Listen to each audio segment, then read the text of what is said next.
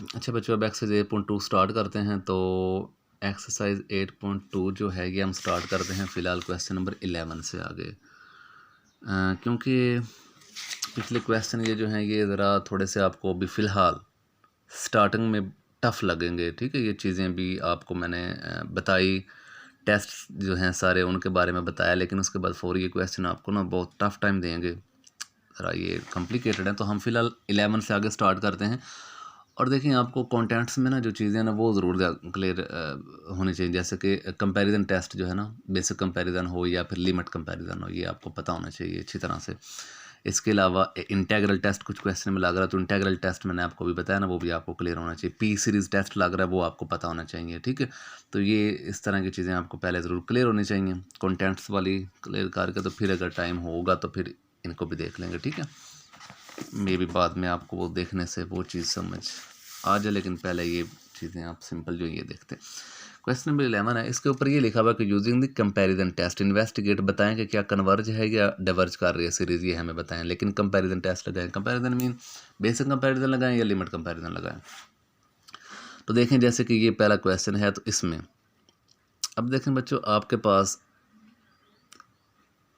Basic comparison test के लिए या लिमिट कंपैरिजन टेस्ट के लिए AN और BN होने ज़रूरी हैं।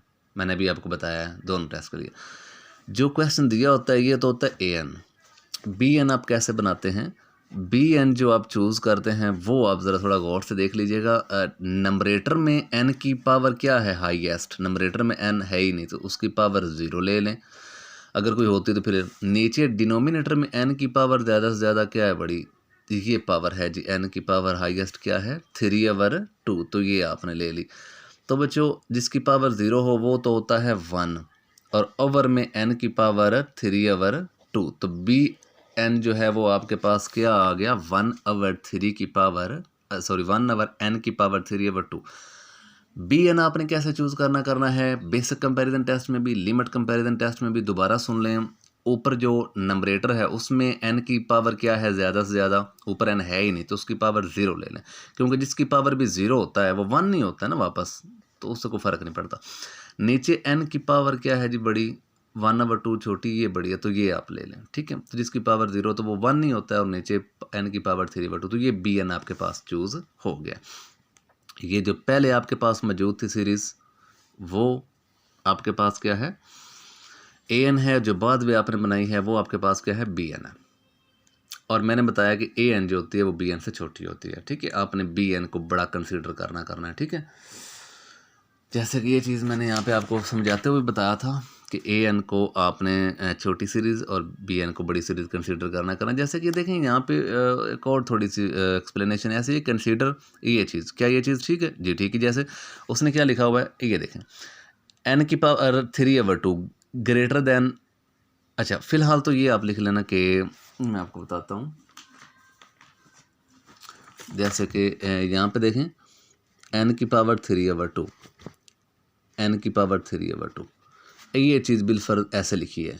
लेकिन अगर ये भी सेम ही है ना, लेकिन अगर इसमें कुछ और भी चीज़ ऐड कर दें तो फिर ये 2 रकमें बन जाएंगी और ये फिर उससे अकेली से बड़ी हो जाएंगी। ठीक हो गया, इस तरह उसने लिखा हुआ है कि N की पावर 3, N की पावर 3/2, लेकिन अगर एक तरफ कोई और भी चीज़ ऐड कर दी जाए तो फिर वो ज़रा साइड भारी हो जाएगी। जैसे तराजू है, तो तराजू के इधर भी अगर एक पाव का है पड़ा हुआ, इधर भी एक पाव ही है, लेकिन अगर उसमें कुछ इंक्रीज़ कर दिया जाए तो फिर वो साइड क्या हो जाती है? हैवी हो जाती है। ठीक है जी, तो ये चीज़ ग्रेटर है इससे। अब अगर उल्ट करें, रेसिप्रोकल लें, तो ये चीज़ नीचे और ये चीज़ भी नीचे बटे में आ जाएगी। लेकिन जब उल्ट लेंगे बच्चों तो ये लामत भी आपको उल्ट करनी पड़ती होती है। जैसे कि बिलफर्ज ये 3 है, बड़ा है 2 से जी, बड़ा है, लेकिन अगर आप उल्ट करेंगे 1/3 और 1/2 तो फिर ये लामत उल्ट हो जाएगी। आप चेक कर लीजिएगा, फिर ये जो चीज़ है, एक का तीसरा हिस्सा ये छोटा हो जाएगा और एक का दूसरा हिस्सा उससे थोड़ा सा बड़ी हो जाएगा। एक चीज़ को जब उल्ट करते हैं तो ये लामत भी उल्ट हो जाती है। आप चेक कर लीजिएगा, ये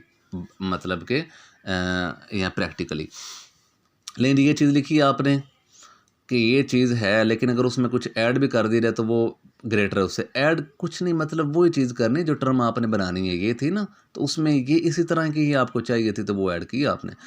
अब वो चीज़ इससे बड़ी है, रेसिप्रोकल लिया, आउटर लिया, लामत भी बदल गई। अब देखें ये चीज़ है AN या ये चीज़ है BN।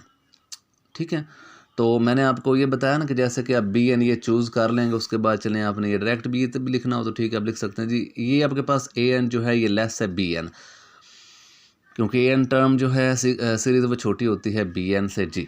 अब देखें ये भी ए एन इसको लिखा हुआ और बी एन लिखा हुआ इसको। उसके बाद बच्चों देखें, अब जब बेसिक कंपैरिजन टेस्ट करते हैं तो आपने देखना होता है बी एन को। अगर बी एन जो है आपके पास बड़ी टर्म वो छोटी हो रही तो जो छोटी है वो मज़ीद छोटी होगी, ठीक है। मैं इधर पेज निकालता हूँ ज़रा जी। बेसिक कंपैरिजन टेस्ट है तो इसके अंदर क्या है, पहले ये देखते हैं ना कि अगर बी एन कन्वर्ज कर रहा है तो फिर ए एन भी करेगा। तो चेक करें क्या बी एन कन्वर्ज कर रहा है। कन्वर्ज करने का मतलब क्या बी एन जो है वो छोटी टर्म ही बन रही है ना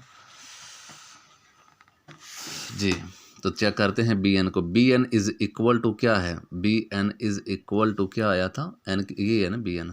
तो B N is equal to 1/n⁻³ और साथ में वो समेशन 1 to n, ठीक है ना। सीरीज़ के लिए ये आपने यूज़ करनी सीरीज़ इन्फिनाइट सीरीज़ जो है तो इन्फिनाइट तक जा रही है।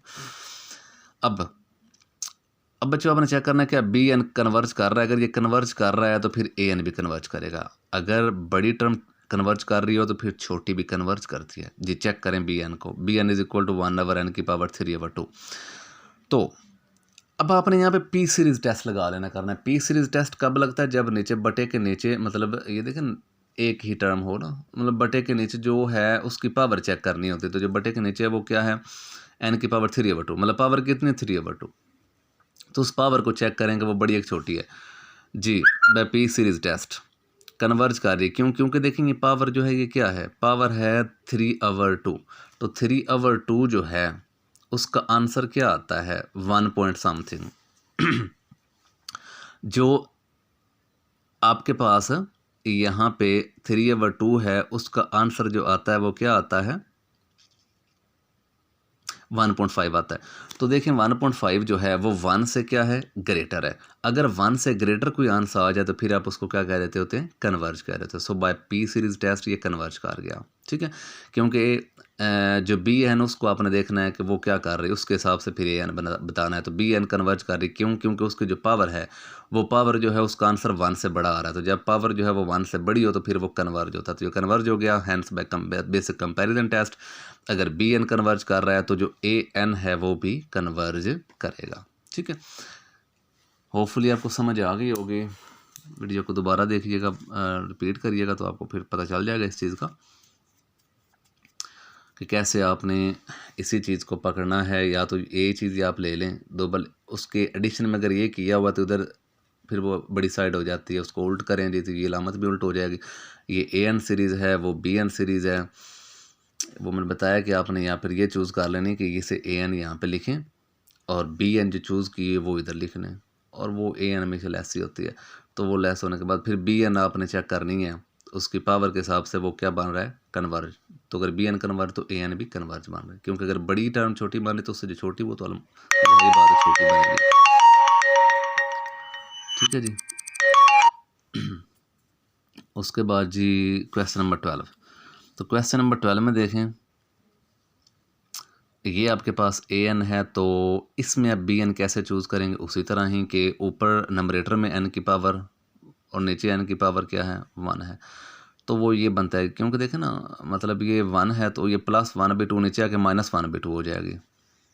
अब यूँ कर लेना एन और वो पावर कितनी यहाँ पे 1 तो है ही ना, और ये +1/2 नीचे आके -1/2 हो जाएगी। तो एलसीएम लिया तो 1/2 हो गया। अब लिमिट कंपैरिजन टेस्ट में बच्चों क्या करते हैं, ये आपके पास बी एन आ गई, ये ए एन था। तो लिमिट कंपैरिजन टेस्ट में क्या करते हैं, मैंने आपको भी बताया है कि लिमिट कंपैरिजन टेस्ट में दोनों को डिवाइड करते हैं, ए एन ऊपर और बी एन नीचे जी। तो देखें जी जो ए एन है इसको ऊपर रख लें और जो बी एन है उसको नीचे रख लें और limit N approaches to infinity भी करनी है। ये बटे का बटा ऊपर आ जाता है, ये 1/√n है तो √n और 1 तो ये मल्टीप्लाई होगा तो अंडर रूट वो क्या बन जाएगा √n का स्केयर। तो स्केयर इससे काट के सिर्फ n/1 + n जी। अब देखें लिमिट अभी भी आप अप्लाई ना करें क्योंकि देखें ऊपर भी इन्फिनिटी और नीचे भी इन्फिनिटी बन जाएगा। यहाँ इन्फिनिटी पुट करें ना यहाँ में तो बटे में ऊपर भी बने तो वो बात फिर ठीक नहीं होती, वो इनडिटर्मिनेट फॉर्म होती है। मज़ीद n कॉमन ले लें नीचे से, तो इधर जिसमें कॉमन नहीं आ रहा उसके बटे में n और जिससे कॉमन आ रहा है वहाँ पे सिर्फ बच जाएगा n, वो 1 बच जाएगा, वो n से काट के बाकी जो भी है 1 बच गया और नीचे। अब यहाँ पे इन्फिनिटी पुट करें तो 1 ओवर इन्फिनिटी का आंसर 0 + 1, तो 1 ओवर 1 ही रहेगा, 0 तो चलो तो 1। अब जब आपके पास लिमिट कंपैरिजन टेस्ट का आंसर 0 के अलावा कुछ आ जाता है, जो भी आंसर है अगर 0 नहीं आया, अगर 0 आता तो फिर तो कन्वर्ज थे दोनों, अगर इन्फिनिटी आता फिर दोनों डिवाइड थे। अब 0 के अलावा कोई आ जाए तो फिर चेक करना पड़ेगा, या दोनों कन्वर्ज करेंगी बोथ सीरीज या फिर डिवर्ज जी। तो चेक करें तो बी एन जो है वही आप ले लें, वो क्या है 1 ओवर स्क्वायर रूट n। तो चेक करने के लिए फिर पी सीरीज ही लगा लें, क्योंकि देखें उसकी पावर क्या है, उसको 1/2 लिख सकते हैं ना पावर को, जी लिख सकते हैं। तो जो पावर है तो चेक करें क्या वो 1 से छोटी है या बड़ी है, 1 से छोटी। अगर 1 से छोटी आ जाए, अगर पी जो पावर होती है 1 से छोटी आ जाए, बराबर भी आ जाए, 1 से छोटी पावर है 1/2 जो है वो 0.5 होता है, तो वो 1 से लेस है। तो अगर 1 से लेस आंसर आ रहा है तो फिर वो क्या होता है, डिवर्ज कर गई। अगर बी एन डिवर्ज कर गई है तो जो सीरीज ए एन है वो भी आपके पास जो दी हुई थी वो भी डिवर्ज कर जाएगी। ठीक है बच्चों, ऐसे इन क्वेश्चन को देखिएगा। पी सीरीज टेस्ट क्या होता है, बेसिक कंपैरिजन टेस्ट कैसे यूज़ करते हैं, लिमिट कंपैरिजन टेस्ट को कैसे लेके चलना है और कैसे कन्वर्ज डिवर्ज बताना है, ये आपको पता चल गया। इसके अलावा ये थोड़ी सी मे भी कन्फ्यूजन होगा किस में कंपैरिजन बेसिक लगना है किस में लिमिट। तो बच्चों जैसे कि ये क्वेश्चन है, कुछ क्वेश्चन ऐसे हैं जो लिमिट से भी हो सकते हैं और बेसिक से भी हो सकते हैं, कुछ सिर्फ बेसिक से हो सकते हैं, अदरवाइज बाकी लिमिट से तो ज़्यादातर हो ही जाते होते हैं। ठीक है, तो बेसिक और लिमिट दोनों से भी क्वेश्चन जो है ना एक हो जाता होता है, जैसे कि क्वेश्चन है वो दोनों टेस्ट से भी हो जाता होता है। जो नोट्स आपको सेंड कर रहा हूँ उसमें देखिएगा एक क्वेश्चन को 2-2 3-3 मेथड से भी सॉल्व किया गया है, तो आप उन क्वेश्चंस को, उन चीज़ों को नोट्स को डीपली देखिएगा तो फिर आप इंशाल्लाह अंडरस्टैंड कर जाएंगे।